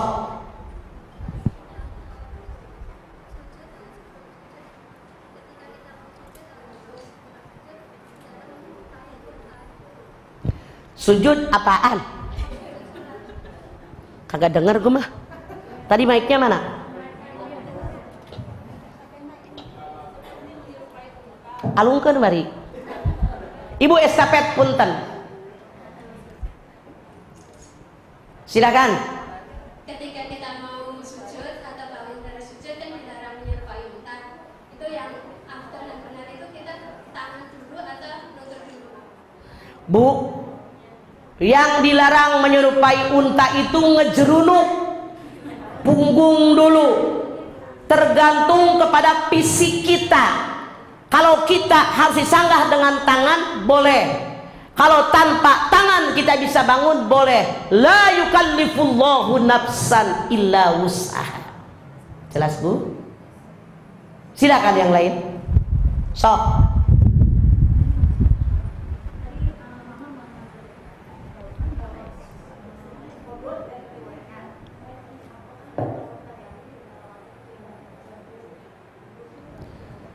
Rasul mengatakan sembahyang tidak ada sembahyang kodok, titik. Dari hadis ini ada dua pendapat ulama. Ulama pertama mengatakan kalau dulu kita ini mantan preman, ngaku Islam tapi sholat kagak, mungkin belum ada hidayah, belum ada kesadaran, banyak sholat yang tertinggal. Caranya yang pertama, perbanyak sholat sunat. Ulama yang kedua mengatakan sholat sunat tidak memadai dengan sholat wajib, silahkan sholat kodok. Tapi sekali lagi ini bukan hadis Nabi, hanya pendapat ulama. Masih ada yang lain? Sok. Assalamualaikum warahmatullahi wabarakatuh. Waalaikumsalam. Mama Dede kami ingin menanyakan soal akikah. Karena kebetulan suami kami maaf, nah kan dari dulu orang tuanya kan Kristen jadi tidak diakikah. Nah Pak, jadi kita yang diakikah sekarang boleh? Rasul bersabda, al-islamu yahdimu makana qoblahu. Islam itu menghapuskan seluruh dosa yang telah lalu. Artinya tidak ada kewajiban akikah. Tapi kalau sekarang ada kesadaran dan rezekinya ada, tidak ada salahnya dan lebih baik silahkan akikah. Tapi jangan lupa 2/3 hak fakir miskin. Masih ada yang lain? Satu terakhir. Udah 2 jam saya ngomong. Sok.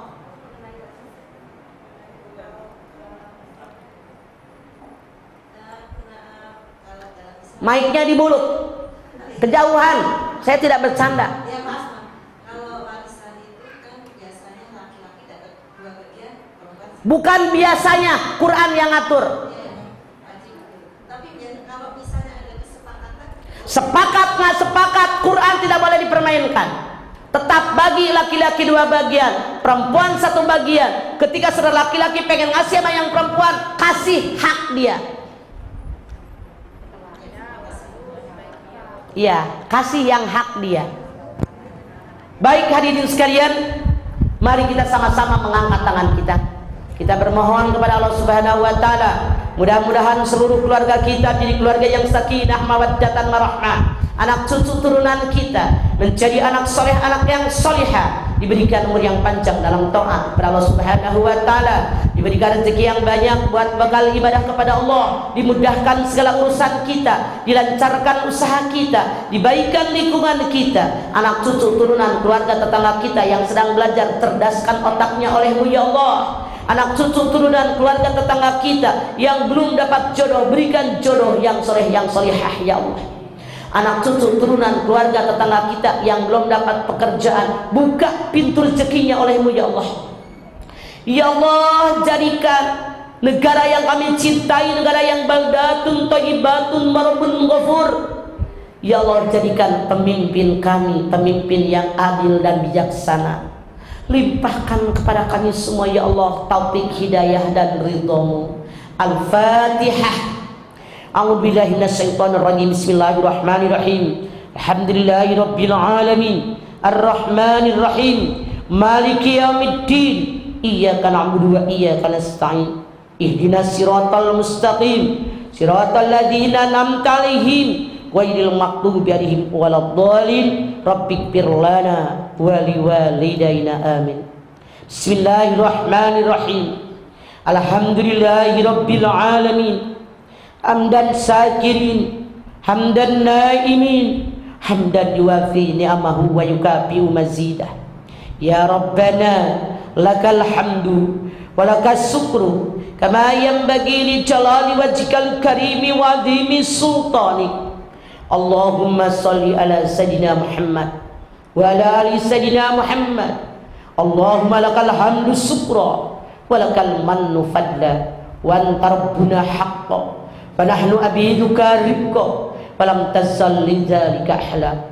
Allahumma ya muyassir kulla sir wa ya jabira kulla kasir wa ya sahiba kulla farid wa ya mughniya kulla fakir wa ya muqawwiya kulla dha'if wa ya mu'manna kulla mahid. Yassir walika kulla kasir fatasilu yassir wa ika kasir.